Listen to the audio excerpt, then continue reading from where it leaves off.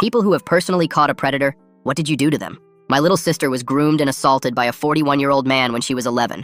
He left her barely breathing and with enough internal damage so she would never have a menstrual cycle. To pour salt in the wound, when the day of sentencing came, the judge ruled that there was not enough evidence of intended bodily harm to give this monster more than 10 years. We were devastated. And to make matters even worse, he was let out on good behavior 48 months later. That's when he struck again. He tracked down another girl from our town. He assaulted and killed her in her own home. This time, our entire community went into uproar. We collectively got him served with not only a life sentence, but the death penalty too. But still, that didn't change the fact another family was destroyed. And when my little sister took her own life a few months later because of her trauma, I knew I had to start tracking these monsters down on my own. That night, I created a fake IG profile of a 14-year-old girl named Sophie. The amount of texts I received from grown men within just 72 hours made me want to throw up. I never told anyone about the account either. I simply texted these men, promised them a good time at a certain location. Then I'd meet them with crowbars and baseball bats, force them to beg for their life, before leaving them permanently disabled every time. I did that to 7 different men and never felt an ounce of remorse. But then I started texting a man named Grayson.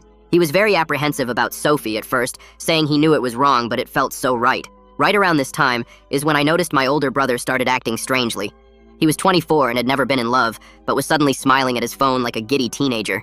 He was oddly protective of it too. I'd sometimes tease him about his obvious new girlfriend, but instead of smiling or getting shy, he'd literally lock up and run to his room where he'd immediately change all the passwords to his phone and computer. The more secretive and addicted to his phone my brother got, the more Grayson became infatuated with Sophie. He started sending her money for manicures and shopping trips, which directly coincided with my brother picking up extra shifts at the warehouse job. Still, my brother's name was Benji, so I never thought anything. I continued leading Grayson on, spending 12 weeks wrapping him around my finger until he would have swam to Antarctica if Sophie told him to. I finally made my move when I asked him to meet me at the park at 1 a.m. He said yes immediately. I started getting dressed in all my black outfit around midnight when I heard my brother's door creak open. I listened to him go downstairs and exit as quietly as possible. I still thought he was going to another overnight shift. I gathered all my things, including my backpack and crowbar, and made my way to the park. I got there 15 minutes early and waited in the bushes. Sure enough, at exactly 1 a.m., I saw Grayson by the fence waiting for Sophie. That's when I made my move. The same thing I'd done 7 times. I snuck around the edges of the park so he wouldn't see me, and slowly started creeping up behind him. By the time I got to him, my crowbar was in my hand. I had no intention of anything less than breaking his legs. I tapped his shoulder softly. "Sophie," he said, turning around. That's when I saw his face, and my body froze. It was Benji, my brother. He went pale when he saw a man in a black mask staring at him. He couldn't tell who I was. All he knew was that this was a setup. He started running away like they always do. But this time I was too shocked to immediately chase him.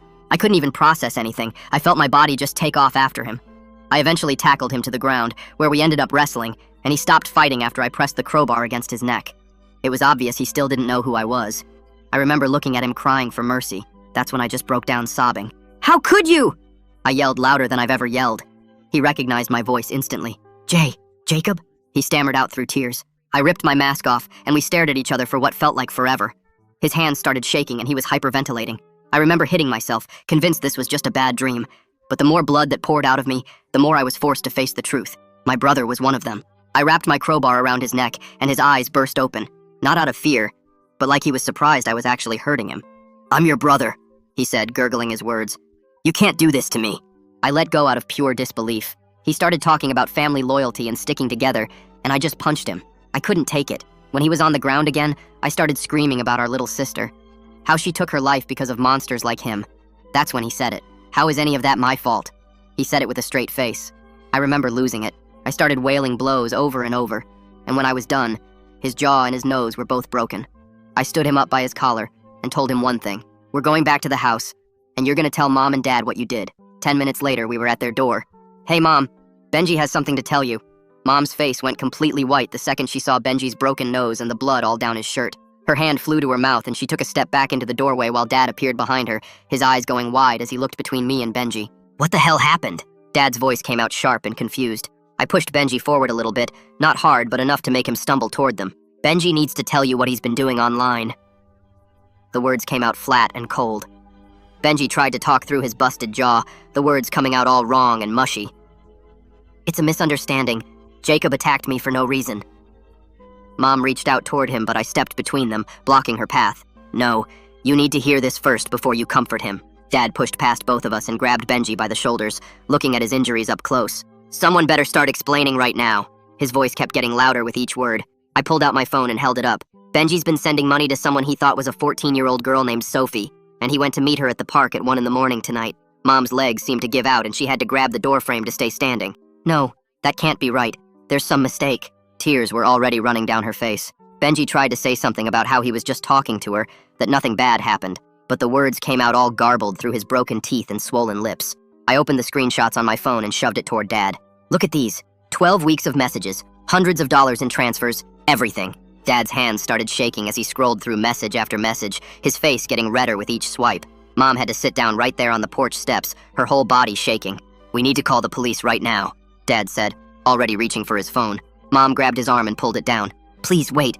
We should handle this as a family first, please." They started arguing right there in the doorway while Benji stood between them, bleeding onto the porch. "If you don't call them, I will," I said, cutting through their argument. I reached into Benji's pocket and grabbed his phone before he could react, then walked straight into the house toward Dad's office. Benji tried to follow me, but I turned and pushed him back hard. "Don't even think about it." I opened Dad's desk drawer and dropped the phone inside, then locked it with the key Dad kept on top of the bookshelf. "The evidence stays safe, and tomorrow morning I'm going to the police station whether you come with me or not." Nobody slept that night.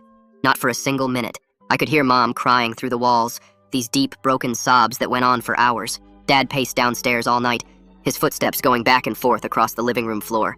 I sat on my bed staring at the ceiling, seeing my little sister's face over and over, then seeing Benji standing at that park fence waiting for a child. My stomach kept turning and I threw up twice, barely making it to the bathroom. When morning finally came, we all ended up in the kitchen like zombies. Benji's face looked even worse in the daylight, purple and swollen all down one side. He started talking the second Dad sat down, saying we could handle this quietly, that going to the police would destroy our family forever. Dad's fist came down on the table so hard the coffee mugs jumped. "The family is already destroyed!" Mom just stared into her coffee cup, not moving, not speaking, like she wasn't even there anymore. I went back to my room and started making copies of everything. Screenshots from the Sophie account, bank records I'd pulled up online showing Benji's extra warehouse shifts that matched perfectly with the payment dates to Sophie. My hands moved on their own, printing page after page while my brain kept going in circles. How did I not see this? How did I not know my own brother was one of them? The evidence pile grew bigger and bigger, each page another piece of proof that my brother was exactly like the monster who destroyed our sister.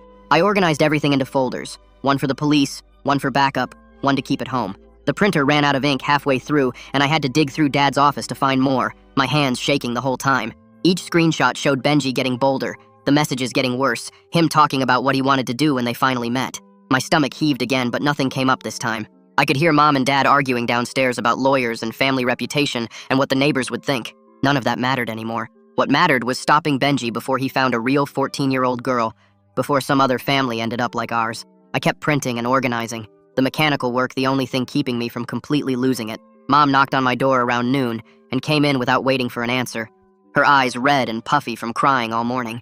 She sat on the edge of my bed and watched me sorting papers into different folders, then asked if maybe we could wait just a few days before going to the police, just to figure things out as a family first. I kept organizing the evidence and told her that every single day we waited was another day Benji might find a real kid, not a fake profile, and hurt them the way our sister was hurt.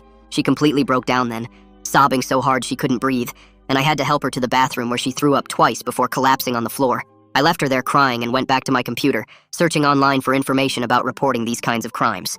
After about an hour of reading through different websites, I found a victim advocate office downtown that specialized in helping families navigate these situations. The website said they provided support through the entire legal process, helped with paperwork, and even went to court with families. It felt like exactly what we needed since none of us knew how to handle something this big. I bookmarked the page and wrote down their address and phone number on 3 different pieces of paper, putting one in my wallet, one in the evidence folder, and one on my desk.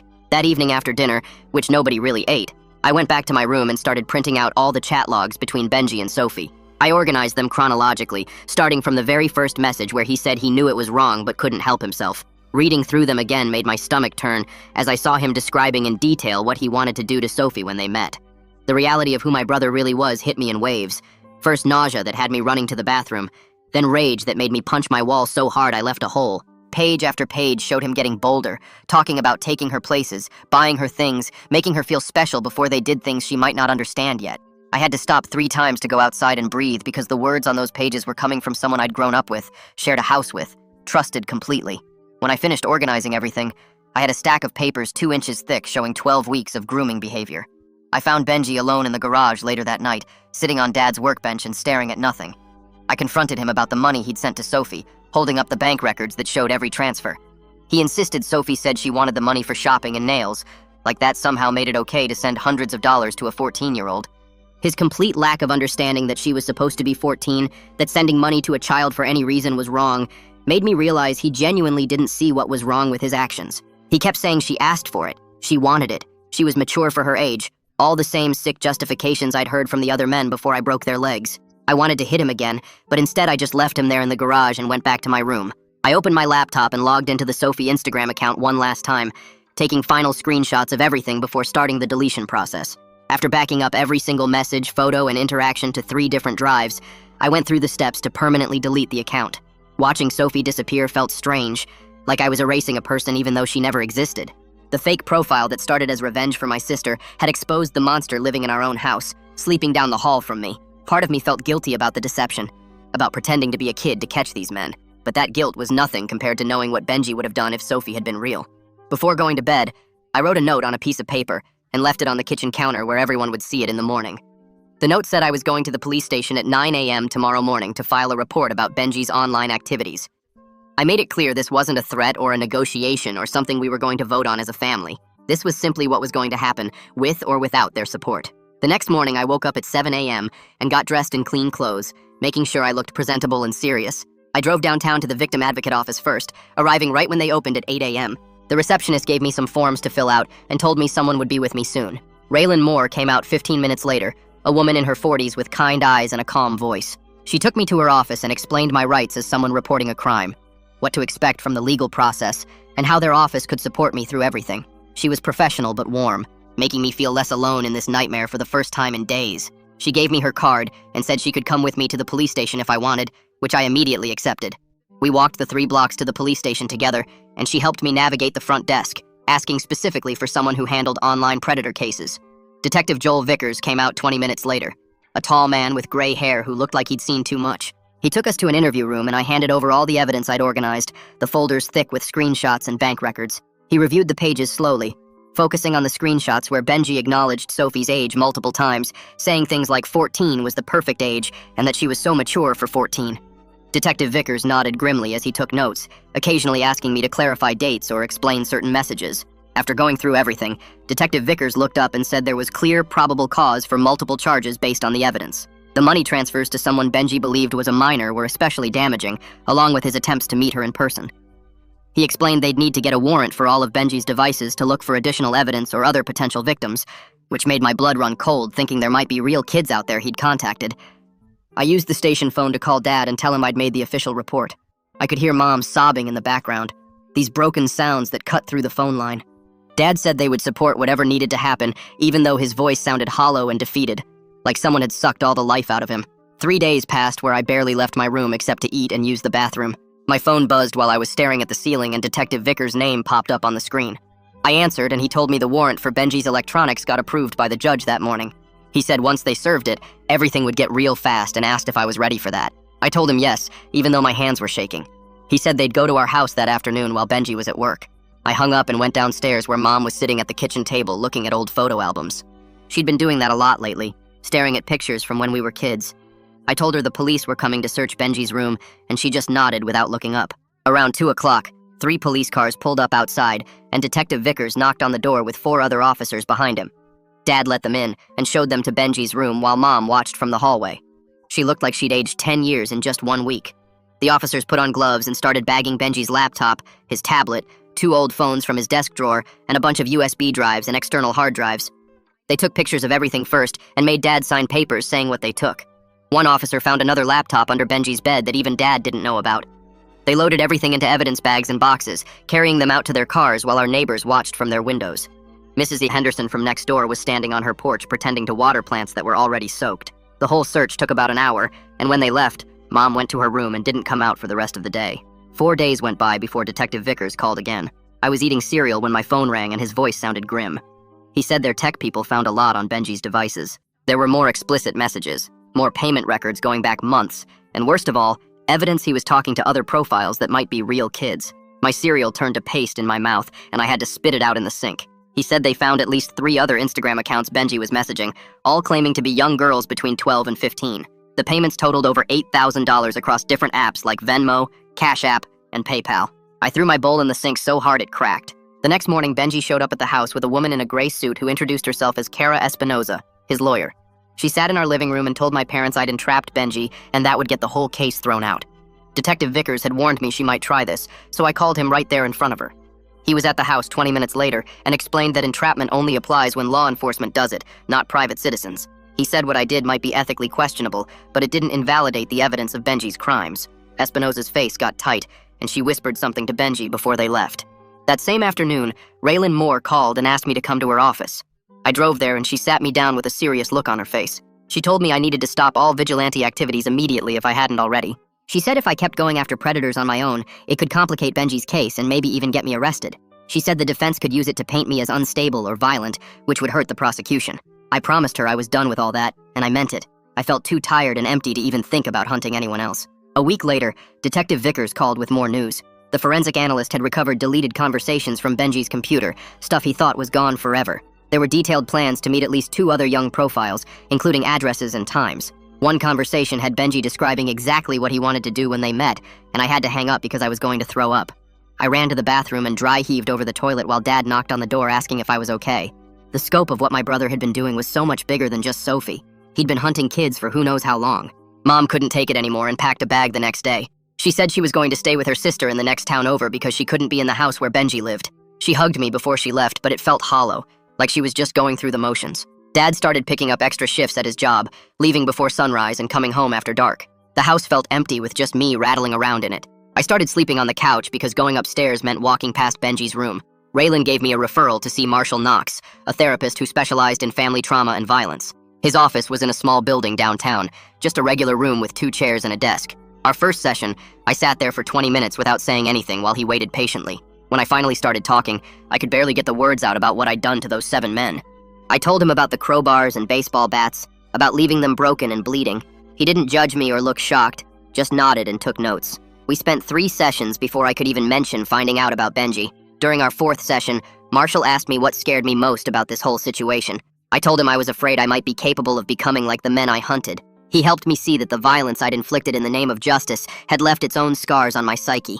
I'd told myself I was different because I was protecting kids, but I'd still chosen violence as my solution. We talked about how anger can consume you until you don't recognize yourself anymore. 2 weeks after the search, Detective Vickers called to say the prosecutor had reviewed everything and they were planning to arrest Benji next week. He warned me that once they arrested him, the media would probably pick up the story. He asked if I was ready for reporters and cameras and having our family business all over the news. I hadn't even thought about that part. The idea of everyone in town knowing made me want to disappear. Tuesday morning came faster than I expected, and Detective Vickers called at 7 a.m. to let me know they were heading to the warehouse. I sat in my car outside Benji's workplace, watching police cruisers pull into the parking lot around 8:30. 20 minutes later, they walked him out in handcuffs while his coworkers pressed against the windows watching everything unfold. Benji kept his head down, but I could see his hands shaking as they put him in the back of the patrol car. Detective Vickers texted me later saying Benji went quietly, but looked shocked it was actually happening, like he thought somehow this would all just go away.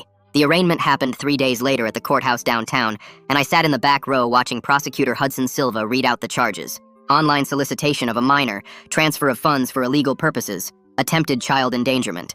Each charge made my stomach turn knowing these were things my own brother did. Benji stood there in an orange jumpsuit while his lawyer, Cara Espinoza, entered a not guilty plea on his behalf, even though we all knew the evidence was overwhelming. The judge set bail at $50,000 and issued a protective order requiring Benji to stay away from schools, parks, and anywhere children gather. He also couldn't use social media or dating apps while the case was pending, and had to install monitoring software on any devices he used. Dad put up the house as collateral to post bail, which made Mom cry harder than I'd seen since our sister died. That afternoon, I met Detective Vickers at the station and handed over my crowbar and the black clothes I wore that night at the park. My hands were sweating as I passed them across the desk, terrified about my own legal exposure for attacking those 7 men. Detective Vickers put everything in evidence bags and told me they'd focus on Benji's case for now, but I should probably get a lawyer too. I found one through Raylan's office, an older guy who specialized in self-defense cases, and when Detective Vickers asked about the 7 men I'd disabled, my lawyer immediately told me not to provide any details yet. The conflict between wanting to confess everything and protecting myself was eating me alive every single day. I'd wake up at 3 a.m. thinking about those men I'd left broken and bleeding, wondering if any of them had reported me to police. My therapy sessions with Marshall became twice a week because I couldn't handle the guilt and anger mixing together in my head. We spent an entire session just working through that night at the park, unpacking the exact moment I realized Grayson was actually Benji. Marshall had me close my eyes and walk through every detail, from seeing the fence to tackling my brother to pressing the crowbar against his neck. The betrayal felt like losing my sister all over again, another family member destroyed by this evil that seemed to infect everything it touched. A week later, Mom's letter arrived at my apartment, her handwriting shaky as she begged me not to testify against Benji. She wrote that it would kill her to see one son send the other to prison, that our family had already lost too much. I didn't respond but kept the letter in a folder with all the other evidence, another piece showing the impossible position I was stuck in. Raylan spent hours teaching me about victim impact statements and how to set boundaries with family members who wanted me to stay quiet. She helped me understand that choosing justice over family pressure wasn't betrayal, but actually protecting future victims from what Benji might do. She showed me statistics about repeat offenders and how they escalate when they don't face consequences, which made me think about that monster who hurt my sister and then killed another girl. 2 weeks before the preliminary hearing, Hudson Silva called to tell me that Kara Espinoza had approached him about a plea deal. She was claiming Benji made a one-time mistake and deserved leniency since he hadn't actually touched anyone yet. Hudson shared the offer with me, and I spent the next 3 hours sending him more evidence about the pattern of behavior, the deleted conversations the forensic analyst found, everything showing this wasn't some isolated incident. Hudson thanked me for the information and asked me to preserve all records but avoid posting anything online about the case. The urge to expose Benji publicly was so strong I had to delete all my social media apps just to stop myself from ruining the prosecution. Every time I saw a post about protecting kids or internet safety, I wanted to comment about what my own brother had done. But I followed Hudson's rules because I couldn't risk messing up the case. The preliminary hearing got scheduled for next month, and Hudson warned me I'd probably have to testify about finding the messages and confronting Benji at the park. The thought of sitting in that witness chair describing everything while Benji watched made me physically sick, but I knew I had to do it for my sister and for Sophie, and for every other kid these monsters target. The forensic analyst sent Hudson Silva the full report 3 days later, and it destroyed every single excuse Benji had been making. The metadata showed clear timestamps from when Sophie first told him she was 14 years old on day 1 of their conversations. Every message after that point proved he knew exactly what he was doing, including the ones where he told her age didn't matter because their connection was special. Hudson called me to go over the findings and showed me screenshots where Benji actually coached Sophie on what to say if anyone asked about their relationship. The evidence was so damning that even Kara Espinoza stopped trying to claim it was entrapment and started pushing for a mental health defense instead. I was sitting in my apartment looking at the report when my phone buzzed with a message from an unknown number. The text said I was a snitch who betrayed family and that snitches get what's coming to them in this town. My hands shook as I took a screenshot and immediately forwarded it to Detective Vickers, who called me back within 5 minutes. He said the threat could be from someone in Benji's online community since they'd been monitoring several forums where guys share tips about meeting young girls. Detective Vickers came to my apartment that afternoon with paperwork for a protective order and said they'd already traced the number to a burner phone bought with cash. He helped me fill out all the forms while explaining they'd increase patrols near my building and my parents' house just to be safe. The whole process took 2 hours, and I noticed how calm I felt compared to the rage that would have consumed me just weeks ago. 3 days later, I had my regular session with Marshall where we worked through the guilt I felt about my sister. He had me write down all the things I wished I could have done differently to protect her from that first monster. We talked about how my vigilante actions came from a place of pain, but had created their own kind of damage. Marshall helped me see that beating up those 7 men didn't bring my sister back, and might have actually put other kids at risk if those guys wanted revenge. I was learning to separate the need for accountability from the destructive need for personal vengeance that had been eating me alive. My phone rang that evening, and Dad's name appeared on the screen. He said Mom wanted to have a family meeting with Benji present to work through everything as a family. Then he dropped the real bomb that Benji wanted an apology from me for breaking his nose and jaw that night at the park. I told Dad absolutely not, that I wouldn't sit there and make Benji feel better about being a predator. Dad tried to explain that Mom thought healing could only happen if we all took responsibility for our parts, but I cut him off. I said Benji had shown zero real remorse and only cared about his own pain, not what he'd done to our family or tried to do to a child. The pretrial hearing happened 2 weeks later at the courthouse downtown. I sat in the gallery watching Benji walk in wearing a suit and tie like he was some respectable businessman instead of a predator. The judge reviewed all the evidence Hudson presented, including the forensic report, the money transfers, and the messages planning to meet Sophie. Benji kept his head down the whole time while Kara Espinoza argued for reduced charges based on the fact that no actual child was harmed. The judge scheduled the actual trial for next month and denied Espinoza's motion to reduce bail. After the hearing, Hudson pulled me aside in the hallway with news that made my stomach drop. They'd found evidence on Benji's devices suggesting he'd been talking to at least one real 14-year-old girl in another state. The messages were similar to what he'd sent Sophie, but this girl had stopped responding after he asked for photos. Hudson said they were working with police in that state to track down the girl and make sure she was okay. The case was getting bigger than just my fake profile, and the thought that Benji might have hurt a real kid made me want to throw up. That night, I tried to start writing my impact statement about how Benji's actions connected to our sister's death. I got 3 sentences in before I broke down completely, unable to put into words how his betrayal felt like losing her all over again. Marshall met with me the next day and suggested we write it in pieces over several sessions instead of trying to do it all at once. We started with just describing who my sister was before the assault, then slowly worked toward the harder parts about her trauma and death. The process was brutal, but Marshall kept reminding me that the statement wasn't just about punishment, but about making sure the judge understood the full weight of what predators do to families. Detective Vickers called me a week later with something that sent ice through my veins. He mentioned casually that one of the men I'd disabled had given police a description of his attacker months ago. The guy described someone my height and build wearing all black with a crowbar, and Vickers said the description could match me. Fear crawled up my spine as I realized my vigilante past might finally be catching up with me. Vickers didn't directly accuse me, but the way he brought it up felt like a warning that I needed to get ahead of this. I scheduled a meeting with Raylan Moore the next morning to talk about my options. She laid out 2 paths. I could self-report the attacks now and try to control the narrative, or wait to see if they officially connected me to them. Raylan explained that coming forward voluntarily would look better to prosecutors and might lead to more lenient treatment. We spent 3 hours going through the pros and cons, while she helped me understand that taking responsibility on my own terms was different from being caught. I left her office leaning heavily toward coming forward, but terrified of what it would mean for my future. That same night, I sat at my laptop and started deleting Sophie from everywhere I could think of. I went through Instagram first, then Gmail, then the cloud backups on 3 different services. Each deletion felt like erasing a piece of the trap that caught Benji, but Hudson already had all the screenshots and evidence he needed. My fingers moved fast across the keyboard, clearing browser histories and cached files while my stomach stayed tight. The fake profile that started everything was finally gone after 2 hours of careful deletion. 3 days later, Hudson called me to his office to discuss Benji's options. He laid out papers showing all the evidence they'd collected from Benji's devices and my Sophie account. The prosecutor explained they could offer Benji a plea deal instead of going to trial where he'd face worse charges. The deal meant pleading guilty to felony solicitation, lifetime sex offender registration, mandatory therapy, and 5 years of strict probation. Hudson said it was less than Benji deserved, but more realistic than hoping a jury would convict on the heavier charges. I nodded and tried not to think about how 5 years felt like nothing compared to what our sister went through. Hudson then shifted the conversation to my own situation with the 7 men I'd attacked. He said my cooperation with Benji's case would help, but I needed to prepare for possible assault charges. The prosecutor explained that coming forward voluntarily would look better than being caught later. He gave me a week to think about it while Benji considered the plea deal. The next morning was the family mediation session that Raylan had arranged at the courthouse. Mom and Dad sat on one side of the table, while I sat on the other with Raylan beside me. The mediator started by asking everyone to share their feelings about the situation. Dad's hands shook as he finally spoke up after 20 minutes of Mom crying. He said he'd noticed weird things about Benji over the years, but always made excuses. There was the time he found Benji looking at young girls' social media profiles late at night, or when Benji got defensive about his phone and computer passwords. Dad's voice cracked as he admitted he should have asked questions instead of looking away.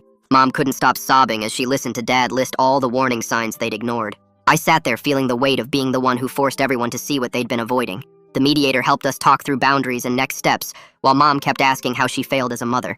After the mediation, I went straight to the police station with the formal statement I'd written. My hands were sweating as I handed the paper to Detective Vickers, acknowledging I'd engaged in violent acts against multiple individuals.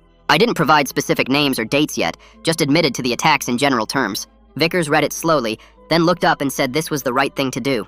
He explained the next steps would involve more detailed statements and possibly identifying the victims. 2 weeks passed before Kara called Hudson to say Benji would accept the plea deal. She'd explained to Benji that the evidence was overwhelming, and if they found any real victims, the charges would multiply.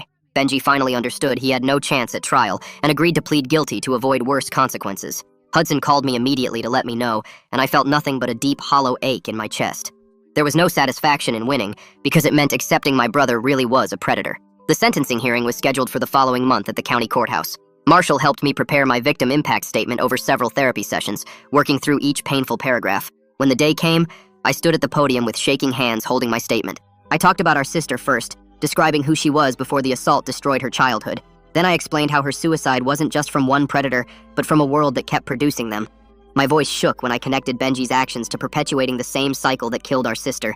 I had to stop twice to breathe through the anger and grief washing over me. The courtroom was silent, except for Mom's quiet crying in the back row. The judge listened carefully, then accepted the plea agreement Hudson had negotiated with Kara. 5 years probation with electronic monitoring for the first 2 years, lifetime registration as a sex offender with quarterly check-ins, mandatory therapy twice a week for the first year, then weekly after that, no contact with minors including supervised situations. No internet access without monitoring software installed. Benji would also pay $10,000 in restitution to victim services and could never work in any job involving children. The judge's gavel came down, and Benji was let out to process his probation paperwork. The next day, Hudson called me back to discuss my own legal situation regarding the vigilante attacks. He offered me deferred adjudication for one assault charge if I cooperated fully about all 7 attacks. This meant 2 years probation, 200 hours of community service, and mandatory therapy continuation. If I completed everything successfully, there'd be no permanent criminal record. Hudson explained this was generous considering what I'd done to those men. He said my cooperation with Benji's case and voluntary confession helped, but I'd still face serious requirements. I had 24 hours to decide whether to accept or risk going to trial myself. That night I barely slept, weighing the deal against the possibility of worse charges later. The next morning I called Hudson and accepted the deferred adjudication agreement he'd offered. 2 years probation with monthly check-ins, 200 hours of community service at approved organizations, continued therapy with Marshall twice a month minimum, no contact with any of the 7 victims, though their names stayed sealed in the agreement, random drug tests and home visits from my probation officer. I signed the papers that afternoon, feeling both relieved and humbled by how fair the deal was considering everything. My first community service assignment came 3 weeks later at Lincoln High School, where I had to talk to 200 juniors about online predators. I stood at the front of the gym with my hands shaking, looking at all those faces that reminded me of my sister at that age. I stuck to the facts, showing them screenshots with names blacked out, explaining how predators start with normal conversations, then slowly push boundaries. I told them about the money transfers, the late-night meeting requests, the way these men always claim the kid is mature for their age. When one girl asked if I knew anyone personally affected by this stuff, I just said yes, and moved on to warning signs parents miss. After the presentation, 12 different students came up to thank me for being real with them, and 3 admitted they'd been getting weird messages from older guys online. The principal asked if I could come back next month, and I agreed, even though talking about this stuff made me want to throw up every single time. 2 days later, I drove to Riverside Cemetery where my sister was buried next to our grandmother. I sat on the grass next to her headstone and talked for 2 hours straight, telling her everything about Benji, about what I did to those 7 men, about the plea deals and probation. I explained how I couldn't promise her peace or justice because those things didn't really exist, but I promised to keep fighting the right way now through legal channels and education. I left fresh daisies on her grave, the flowers she used to pick from our backyard before everything went dark. Mom called that night to tell me she and Dad had started couples therapy with someone who specialized in families dealing with sexual abuse trauma. She said they decided Benji wasn't welcome at any family gatherings while on probation, not even holidays or birthdays. Dad got on the phone and his voice cracked when he said they should have protected us better, should have seen the signs with Benji. I told him nobody could have known, but we both knew that wasn't completely true. That weekend, I spent 14 hours going through my computer and phone, deleting every file and draft related to my vigilante activities, except what law enforcement specifically required me to keep. I found notebooks full of plans, screenshots of conversations with those 7 men, detailed maps of meeting locations. Shredding those pages felt like ripping off a piece of my identity, but Marshall had been clear that holding on to that stuff would keep me stuck in that mindset. I burned everything in the backyard fire pit, watching 3 years of revenge planning turn to ash and smoke. Marshall noted my progress during our session the following week, saying my anger seemed more controlled and my PTSD symptoms were responding well to the medication we'd adjusted. He said the rage that used to consume every thought had transformed into something more focused, more productive. We worked through breathing exercises and grounding techniques for when the anger tried to take over. After 6 months of twice-weekly sessions, he reduced our meetings to once a week, saying I was making real progress. The Victim Advocacy Training Program application sat on my desk for 3 weeks before I finally filled it out. Raylan Moore wrote me a recommendation letter that made me cry, saying she'd watched me grow from someone consumed by vengeance to someone committed to helping others navigate trauma legally and safely. The program director called 2 weeks later to schedule an interview, warning me they'd need to do extensive background checks given my history. I passed everything and got accepted for the next training cohort starting in September. Dad showed up at my apartment one Saturday morning with a truck full of gardening supplies, saying he wanted to build something beautiful for my sister. We spent every weekend for 2 months digging up the backyard, laying stone paths, planting purple irises and yellow roses and white lilies. Mom joined us sometimes, usually just sitting on the porch watching, but occasionally she'd help place stones or water the new plants. We'd talk about my sister's laugh, her terrible jokes, the way she used to name every butterfly that visited our yard. Nobody mentioned Benji during these conversations, like his name would poison the memorial we were creating. The garden grew into something magnificent, with a small bench where you could sit surrounded by flowers she would have loved. 9 months after that night at the park, everything looked completely different. I worked 35 hours a week as a victim advocate assistant, helping families fill out paperwork and understand court procedures. My probation officer said I was one of her most compliant cases, never missing a check-in or community service hour. The families I worked with didn't know my full history, just that I understood what they were going through. Our family existed in a new configuration now, broken and rearranged, but somehow still standing. We built something different from the ruins, not perfect or whole, but honest and grounded in truth instead of the denial that almost destroyed us. Every day required choosing to move forward instead of backward, choosing legal advocacy over vigilante justice, choosing to honor my sister through legitimate work instead of violence. So yeah, that's it. Nothing too fancy, just how it played out. Thanks for tagging along, and I'll catch you again if you swing back by.